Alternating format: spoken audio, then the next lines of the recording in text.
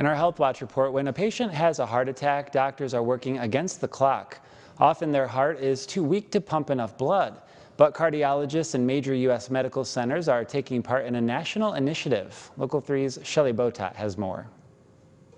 In those first few minutes after a heart attack, doctors face the challenge of keeping the heart pumping while the patient waits for an intervention. Now, a new study may change conventional treatment. Heart attack patients are at the greatest risk of losing their lives in the first critical minutes. If a patient is having a very severe heart attack, we are tasked with bringing the patient to the cath lab and having the artery open within 90 minutes. But what happens during those 90 minutes? Traditionally, it's been a high-dose IV of drugs to regulate blood flow and pressure. Ironically, these medicines are somewhat toxic to the body and the heart specifically.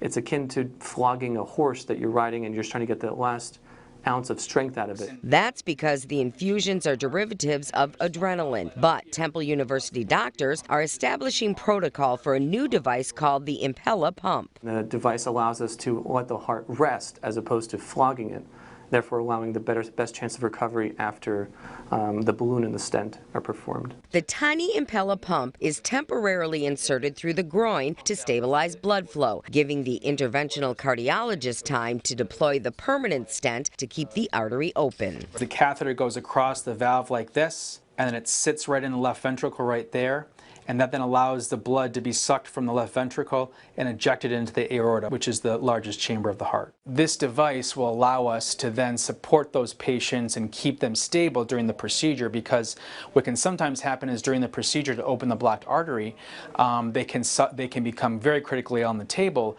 and potentially suffer cardiac arrest. The Impella pump is FDA approved, and at least one doctor involved in the protocol predicts it could raise the survival rate in heart attack patients by 80%. And that's your Health Watch. I'm Shelley Botat, Local 3 News.